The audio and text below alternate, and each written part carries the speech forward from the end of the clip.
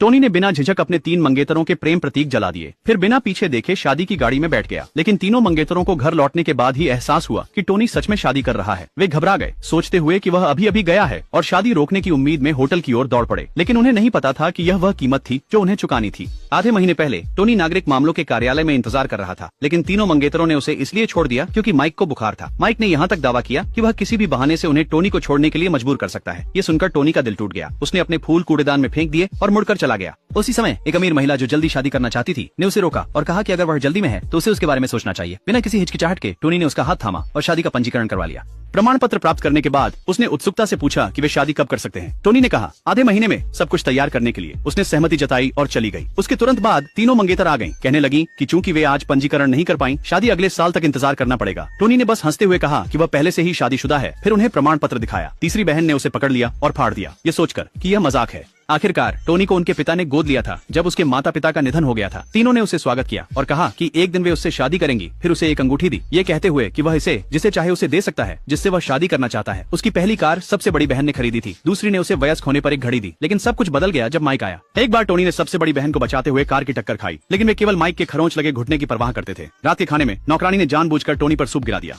उन्होंने नौकरानी को डांटा नहीं, बल्कि कहा कि टोनी नाटक कर रहा है। कुछ ही समय बाद माइक ने टोनी का शादी का सूट पहना और मंगेतरों के सामने दिखावा किया। टोनी को गुस्सा आया और उसने उसे उतारने को कहा। माइक ने दिखावा किया कि उसने कभी इतने अच्छे कपड़े नहीं पहने और टोनी से उसे देने की विनती की। टोनी ने मना कर दिया और कहा कि ये उसकी पत्नी ने शादी के लिए डिजाइन किया था। वह खुद उतारने ही वाला था कि सबसे बड़ी बहन नाराज हो गई और उसे डांटा। तीसरी बहन ने उसे कंजूस कहा और अपने ब्लैक कार्ड से नया सूट खरीदने की पेशकश की। टोनी ने जवाब दिया कि यह सूट उसके लिए अनमोल है, इसलिए माइक को इसे उतारना होगा। यह सुनकर तीसरी बहन भड़क गई और कहा कि उसकी पत्नी केवल उनमें से एक हो सकती है। माइक ने तनाव देखा और कहा कि वह ऊपर जाकर बदल लेगा, लेकिन जब वह नीचे आया तो सूट रहस्यमय तरीके से फटा हुआ था। तीनों बहनों को टोनी की प्रतिक्रिया की परवाह नहीं थी। अगले दिन नीलामी में टोनी अपने माता पिता का जेट पेंडेंट वापस खरीदना चाहता था, लेकिन मंगेतर और माइक भी वहाँ आ गए और जब भी उसने अपनी पैडल उठाई उन्होंने उसे पछाड़ दिया। सबसे बड़ी बहन ने नीलामी जीत ली।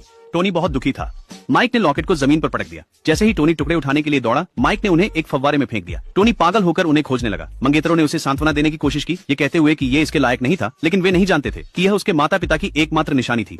दिल टूटने के कारण टोनी ने उनके दिए हुए सभी उपहार जला दिए। उन्होंने उससे पूछा क्यों, और उसने कहा कि वह नहीं चाहता कि उसकी पत्नी गलत समझे। उन्हें अब भी विश्वास नहीं था कि वह शादी कर रहा है। निराश होकर टोनी ने उन्हें कहा कि कल दोपहर 12 बजे होटल में शादी के लिए आना। अगले दिन केवल उसके दत्तक माता पिता उसे विदा करने आए। टोनी बिना झिझक शादी की गाड़ी में बैठ गया, लेकिन रास्ते में वह अप्रत्याशित रूप से 3 मंगेतरों से टकरा गया, जो